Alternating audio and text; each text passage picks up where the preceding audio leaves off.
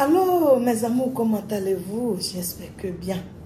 Moi, je vais très bien, je vais très bien. Je suis toujours en train de faire ma tournée. Là, je vais très bien. Aujourd'hui, je vais faire une toute petite vidéo. C'est pas tout à tout moment qu'il faut que je donne des plantes ou bien quoi. Mais souvent, il faut que j'ouvre les yeux des enfants de Dieu. Ok? Quand je dis des enfants de Dieu, c'est côté musulman, chrétien, animiste, tout ça. Nous sommes des enfants de Dieu. C'est pas parce que tu es animiste que tu n'es pas enfant de Dieu. Tout le monde est enfant de Dieu. Et quand on dit aux gens, non, lui, il est dans le monde. Qu'est-ce qu'on appelle le monde? Nous tous, on est dans le monde. À toi, chrétien, qui connaît toute la Bible du premier au début, du début à la fin, tu es dans le monde. Parce que le monde là, c'est un seul. Il n'y a pas deux. Donc nous tous, on est dans le monde. Maintenant, comment faire pour que le monde que nous sommes dedans là soit positif pour nous? C'est ce qu'on doit chercher. Parce que je reçois beaucoup de personnes. Ah maman, vraiment, j'ai passé mon temps dans cette église. Voilà, ils ont chassé mes esprits jusqu'à... Après ça revient. Bon, le problème de ça, on va se dire les gars aujourd'hui. Esprit ne peut pas chasser esprit. C'est ça que vous devez comprendre. Parce qu'une église où il y a du monde jusqu'à... Et puis, on est là, l'esprit, le pasteur, là même, là, quand il dit tout le monde a fait. Même Jésus n'a pas fait ça. Et puis, la partie là, même moi-même, je cherche à comprendre aussi, hein. C'est dans quel verset de la Bible?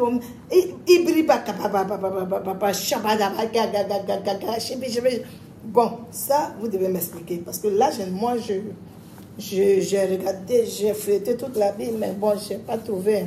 Pour moi, ce n'est pas une critique. Hein. Si je suis en train de parler, je ne critique personne parce que déjà, c'est un péché de critiquer.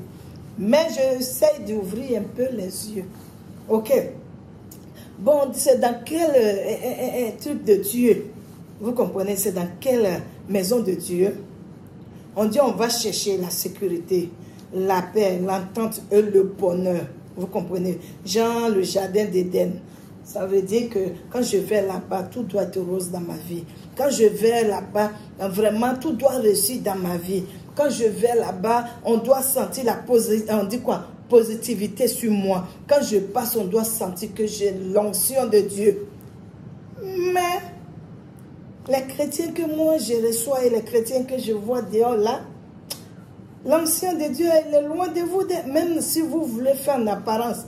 Mais vraiment, quand on vous voit là, ça trompe quoi l'apparence. Je ne peux pas comprendre que moi, vous me connaissez, c'est Maman Fatou, hein.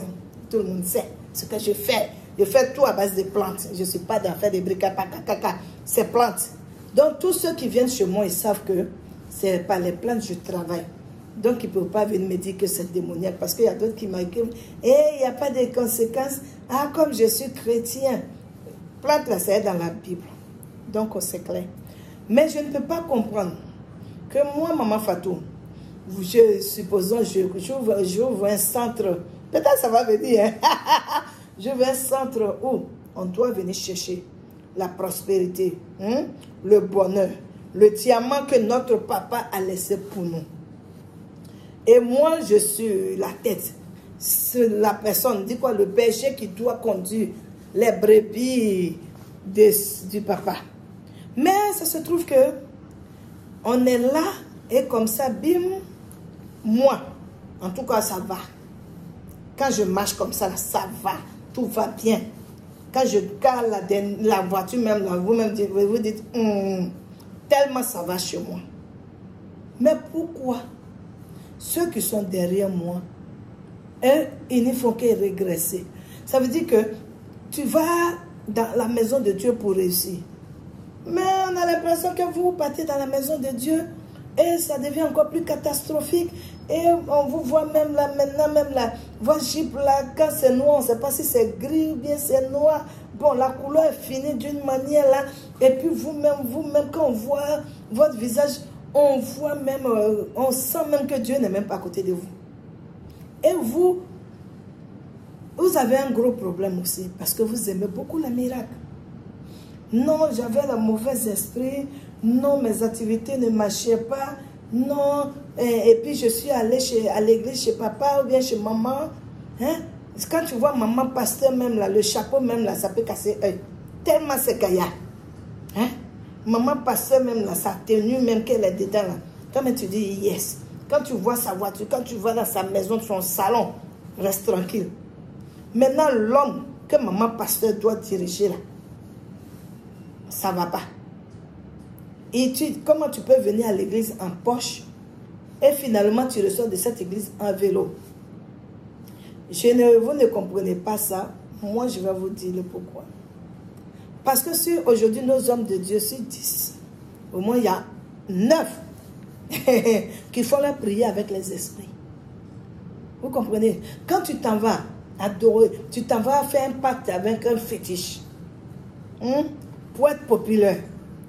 Tu dis au fétiche, oui, parce que toi, tu es l'adepte, tu es l'adepte de fétiche. Mais le fétiche, lui, il a besoin de quoi? Il a besoin de beaucoup d'âmes. Les âmes, là, ça doit venir beaucoup. Et quand toi, tu vas signer le pacte, que tu donnes ta parole au fétiche, les âmes, là, ça va venir. Les fidèles, là, ils seront nombreux. Les fidèles seront beaucoup. Mais le problème des fidèles, le problème, c'est que vous ne priez pas Dieu. Vous ne priez pas Jésus.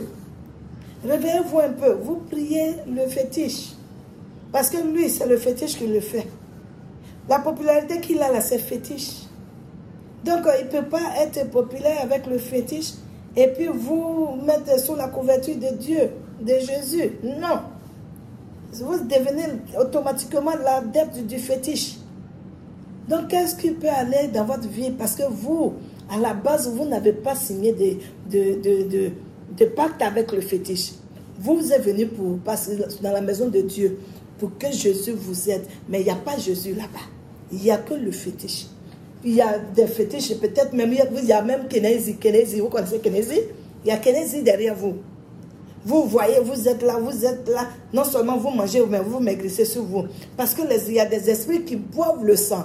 Et tant qu'ils sont en train... Vous l'appartenez. Donc rien ne peut marcher dans votre vie. Rien. À moins que vous soyez vraiment porte avec l'homme de Dieu qui est en face, pour que lui, il vous montre le circuit. Et si vous êtes dedans, vous devenez comme lui. Mais le reste là, on vous boit votre sang.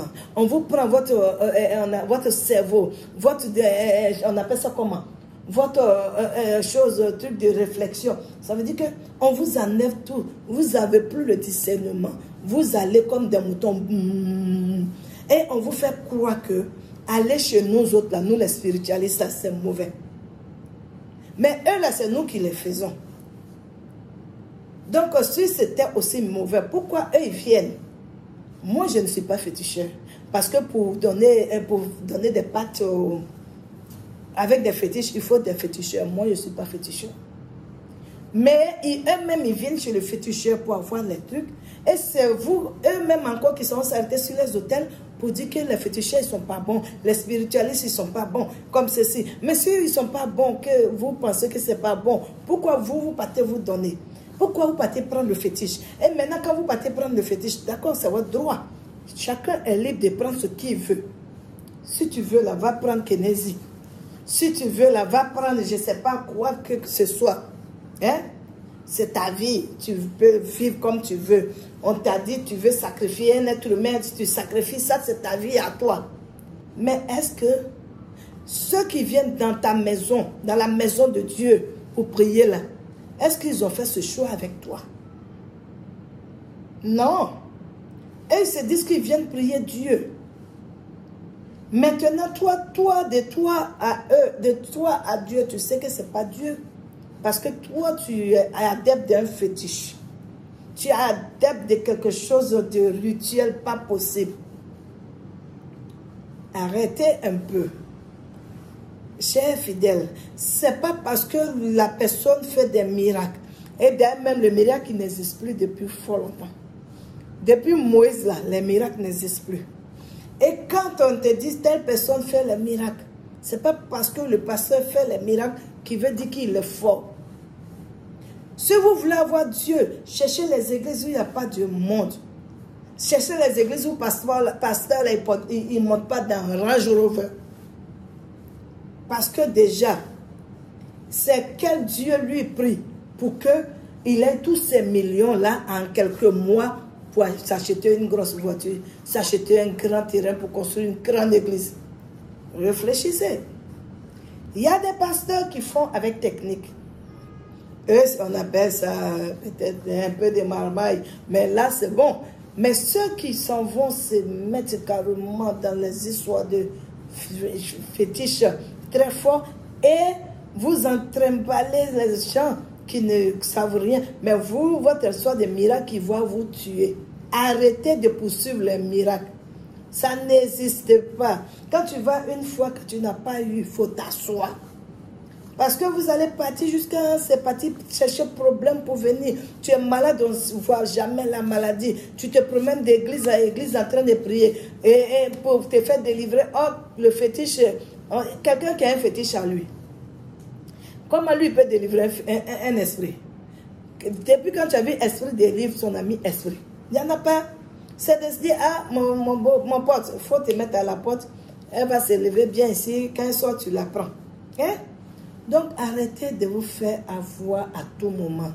Il y a des gens, non, c'est parce que papa, il m'a demandé de ça, papa pasteur, maman pasteur, et c'est vous qui allez tout faire, et vous allez de problème en problème, tu es malade, on ne voit rien. Toutes les analyses disent négatives, mais toi, tu souffres. Si l'esprit, le fétiche est en train de boire ton sang, arrêtez un peu de chercher les miracles. Ça n'existe pas. Hein?